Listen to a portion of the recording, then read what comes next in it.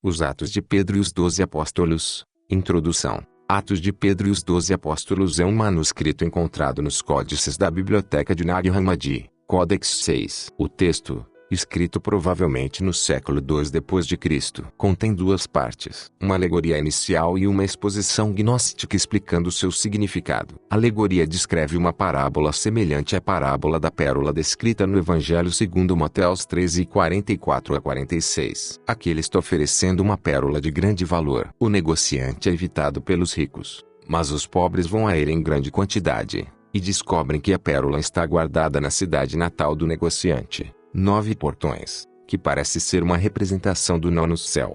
E aqueles que quiserem a pérola deverão empreender uma difícil viagem até 9 portões. O nome do negociante é Litarguel, que é traduzido como pedra leve e brilhante, ou seja, o próprio negociante é a pérola. Por fim, o negociante se revela como sendo o próprio Jesus. Como complemento desse texto, citamos algumas passagens bíblicas, as parábolas de Mateus 13, 44 a 46. Que diz: também o reino dos céus é semelhante a um tesouro escondido num campo, que um homem achou e escondeu, e, pela sua grande alegria, vai, vende tudo quanto tem, e compra aquele campo. Também, o reino dos céus é semelhante a um homem, negociante, que busca boas pérolas, e, encontrando uma pérola de grande valor, foi, vendeu tudo quanto tinha, e comprou-a.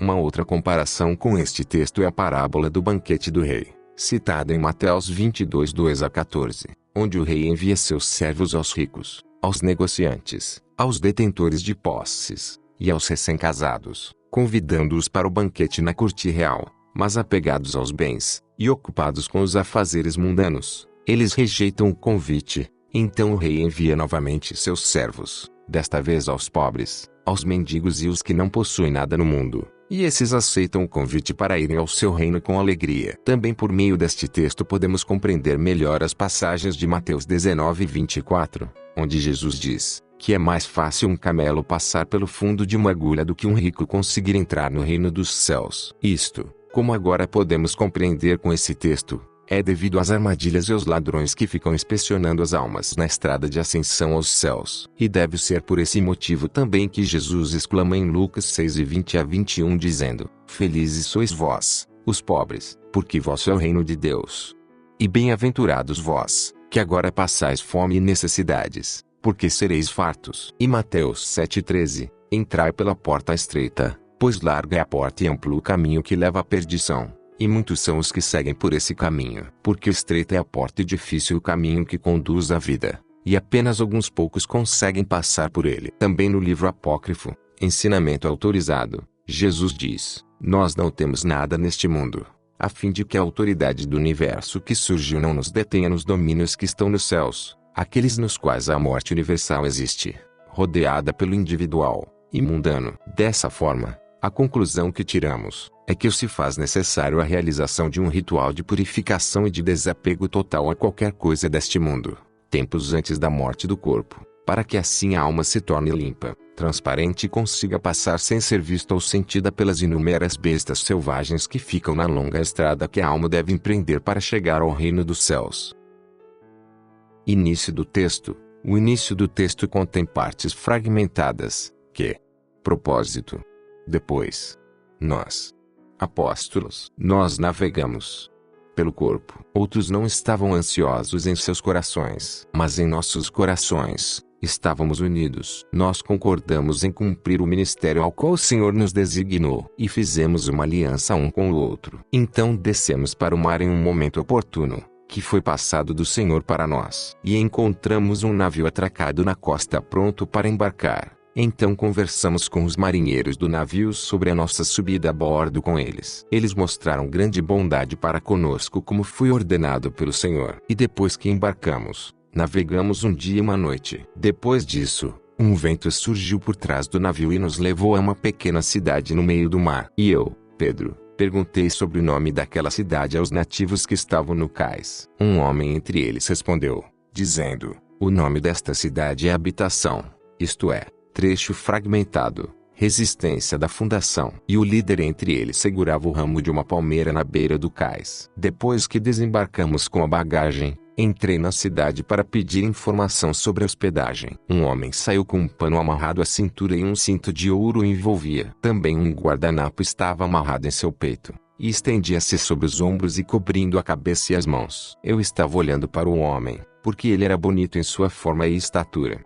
Havia 4 partes de seu corpo que estava aparecendo: as solas dos pés, uma parte do peito, as palmas das mãos e seu rosto. Também pude ver essas coisas. Uma capa de livro como o dos meus livros estava na mão esquerda dele. Um bastão de madeira de estiraques estava em sua mão direita. Sua voz era retumbante, enquanto ele falava tranquilamente e gritava pelas ruas da cidade: pérolas, pérolas. Na verdade, eu pensava que ele era um homem daquela cidade. Então disse a ele: meu irmão e meu amigo. Ele me respondeu, dizendo: com razão, você disse, meu irmão e meu amigo. Mas o que você deseja de mim? Eu disse a ele: eu lhe pergunto sobre um local onde possamos nos hospedar, eu e os meus irmãos, porque somos estranhos aqui. Ele me disse: por esse motivo, eu mesmo acabei de dizer que você tinha razão em me chamar de meu irmão e meu amigo, porque também sou um estrangeiro como você.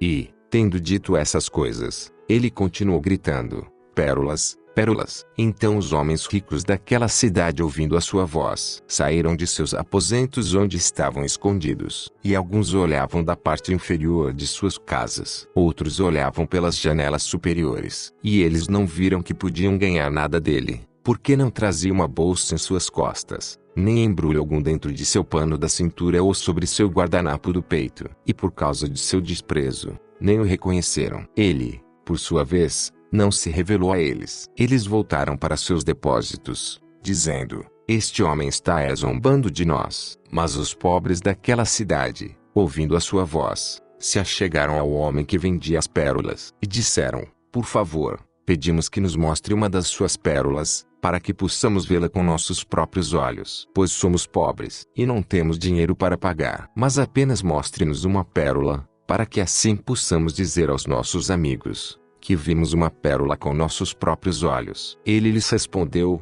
dizendo: se for possível para vocês, venham à minha cidade, para que eu possa não apenas mostrá-la diante de seus olhos, mas dar uma a cada um de vocês gratuitamente. Mas os pobres daquela cidade, ao ouvirem isso, disseram: nós somos mendigos, e sabemos muito bem que nenhum homem dá uma pérola a um mendigo, mas é pão e dinheiro que geralmente é recebido. Agora, então, a gentileza que queremos receber de você é apenas que você nos mostre a pérola diante de nossos olhos. E diremos aos nossos amigos com orgulho que vimos uma pérola com nossos próprios olhos, porque ela não é encontrada entre os pobres, especialmente os mendigos como nós. Ele respondeu e disse-lhes: se for possível, vocês mesmos venham até a minha cidade, para que eu possa não apenas mostrar-lhes, mas dar uma a cada um de vocês gratuitamente. Então os pobres e os mendigos se regozijaram grandemente com a palavra do homem, que prometeu-lhes dar uma pérola gratuitamente. Os homens então se achegaram a Pedro e perguntaram-lhe sobre as dificuldades que encontrariam no trajeto até essa cidade. Pedro respondeu e disse aquelas coisas que ouvira sobre as dificuldades do caminho, porque eles são intérpretes das dificuldades em seu ministério. Ele perguntou ao homem que vendia a pérola: quero saber o seu nome e as dificuldades do caminho até a sua cidade, porque somos estrangeiros e servos de Deus. E é necessário que espalhemos a palavra de Deus em todas as cidades de maneira harmoniosa. Ele respondeu e disse: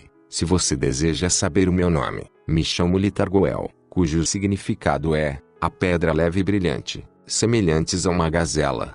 E também a respeito da estrada para minha cidade, sobre a qual você me perguntou, eu lhe falarei. Ninguém consegue passar por essa estrada, a não ser aquele que abandonar tudo o que possui, e jejuar diariamente de um estágio a outro. Isso é necessário, pois existem muitos ladrões e muitas bestas selvagens nessa estrada. Aquele que carregar pão com ele por essa estrada, os cães pretos o matam por causa do pão. Aquele que carrega uma roupa à cara do mundo com ele, os ladrões o matam por causa da roupa. Aquele que carregar água, os lobos o matam por causa da água, já que estavam sedentos por ela. Aquele que está ansioso por comer carne e verduras, os leões o comem por causa da carne, e se ele escapa dos leões, os touros o devoram por causa dos vegetais verdes. Quando ele me disse essas coisas, suspirei dentro de mim, dizendo: Grandes dificuldades existem nessa estrada. Se Jesus nos desse poder para caminhar por essa estrada. Ele olhou para mim. Desde que meu rosto estava triste eu suspirei. Ele me disse, por que você suspira? Se você realmente conhece esse nome Jesus e acredita nele, ele é um grande poder para dar força, pois eu também acredito no Pai que o enviou. Eu respondi, perguntando, qual é o nome do lugar para onde você vai? A sua cidade. Ele me disse, este é o nome da minha cidade. 9 portões. Louvemos a Deus porque estamos conscientes de que o 10º é a cabeça. Depois disso, me afastei dele em paz. Quando eu fui avisar meus amigos, vi ondas e grandes muros altos ao redor dos limites da cidade. Fiquei maravilhado com as grandes coisas que vi. Vi um velho sentado e perguntei-lhe se o nome da cidade era realmente Habitação. Habitação. Ele me disse, você fala verdadeiramente, porque habitamos aqui porque perduramos. Eu respondi, dizendo, justamente os homens lhe deram esse nome, porque todos os que passam por suas provações, as cidades são habitadas e um reino precioso vem delas, porque elas perduram no meio das apostasias e das dificuldades das tempestades. Assim, a cidade de todo aquele que suportar o fardo do seu jugo de fé será habitada, e ele será incluído no reino dos céus. Apressei-me e fui chamar meus amigos para que pudéssemos ir à cidade que ele, Litargoel, nomeou para nós irmos. Em um vínculo de fé, abandonamos tudo como ele havia dito para que fizéssemos. E ao fazê-lo, escapamos dos ladrões, porque eles não encontraram suas vestes conosco. Escapamos dos lobos, porque eles não encontraram a água conosco pela qual tinham sede. Escapamos dos leões, porque eles não encontraram o desejo de comer carne conosco. Evitamos os touros, porque não encontraram vegetais verdes. Depois que atravessamos a estrada, e vencemos todas aquelas dificuldades, uma grande alegria veio sobre nós e uma tranquilidade despreocupada como a de nosso Senhor. Então descansamos em frente ao portão da cidade e conversamos uns com os outros, sobre o quão perigosas para a alma são as distrações deste mundo. E em vez de nos apegarmos a elas, continuamos apenas na contemplação da fé. Enquanto discutíamos sobre os ladrões da estrada, a quem conseguimos evitar, eis que Litargoel, tendo mudado de aparência, veio até nós. Ele tinha a aparência de um médico, pois havia uma caixa de unguento debaixo do braço e um jovem discípulo seguia carregando uma bolsa cheia de remédios. Nós não o reconhecemos. Pedro respondeu e disse-lhe, queremos que você nos faça um favor, porque somos estrangeiros, e nos leve à casa de Litargoel antes que a noite chegue. Ele disse, em retidão de coração, eu mostrarei a você, mas estou impressionado com a forma como você conheceu esse bom homem, pois ele não se revela a todos, porque ele mesmo é filho de um grande rei. Aguarde um pouco para que eu possa curar este homem e já estarei de volta. Ele se apressou em seu afazer e retornou rapidamente. Ele se dirigiu a Pedro, exclamando, Pedro. E Pedro ficou assustado, pois como ele sabia que o seu nome era Pedro. Pedro respondeu ao Salvador, como você me conhece? Porque chamou meu nome. Litargoel respondeu, quero lhe perguntar quem lhe deu o nome de Pedro. Ele lhe disse, foi Jesus Cristo, o Filho do Deus vivo. Ele me deu esse nome. Ele respondeu e disse, sou eu, reconheça-me, Pedro. Ele afrouxou a roupa que o vestia, aquela em que ele havia se transformado por nossa causa, revelando-nos na verdade que era ele. Nos prostramos no chão e o adoramos. Nós os 11 discípulos. Então ele estendeu a mão e nos fez ficar de pé. Conversamos com ele humildemente. Nossas cabeças estavam inclinadas em dignidade quando dissemos, o que o Senhor deseja que façamos. Dê-nos poder para fazer e faremos o que o Senhor deseja em todos os momentos.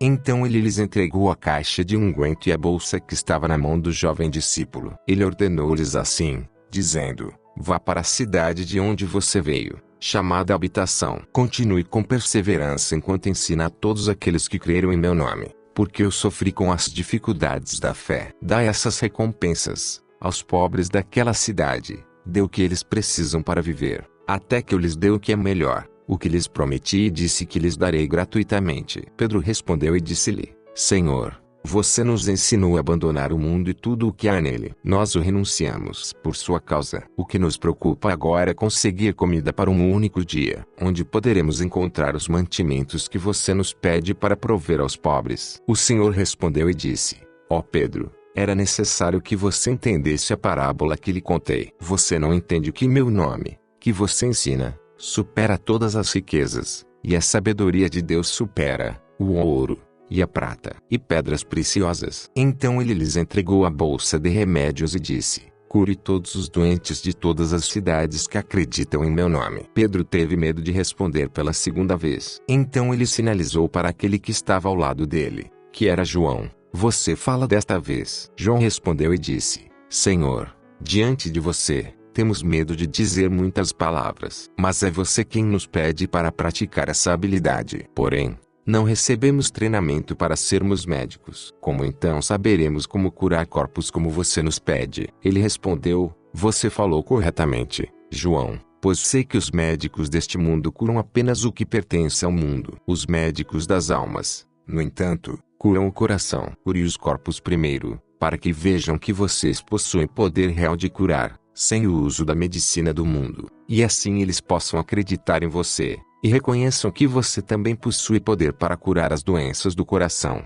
Quanto aos homens ricos da cidade, no entanto, aqueles que não achavam conveniente me reconhecer, mas que se deleitavam com suas riquezas e orgulho, com esses, portanto, não janteis em suas casas, nem tornai-vos amigos deles, para que suas parcialidades não influenciem você, pois muitos nas igrejas demonstraram parcialidade com os ricos, porque também são pecadores e dão oportunidade para que outros pequem. Mas julgue-os com a retidão, para que seu ministério seja glorificado, e que também meu nome venha a ser glorificado nas igrejas. Os discípulos responderam: sim, realmente isso é o que é apropriado fazer. Eles se prostraram no chão e adoraram. Ele fez com que eles se levantassem e partissem dele em paz. Amém. Fim. Ficamos por aqui. Se inscrevam no canal, ative as notificações, e compartilhem o conteúdo da página. Até a próxima.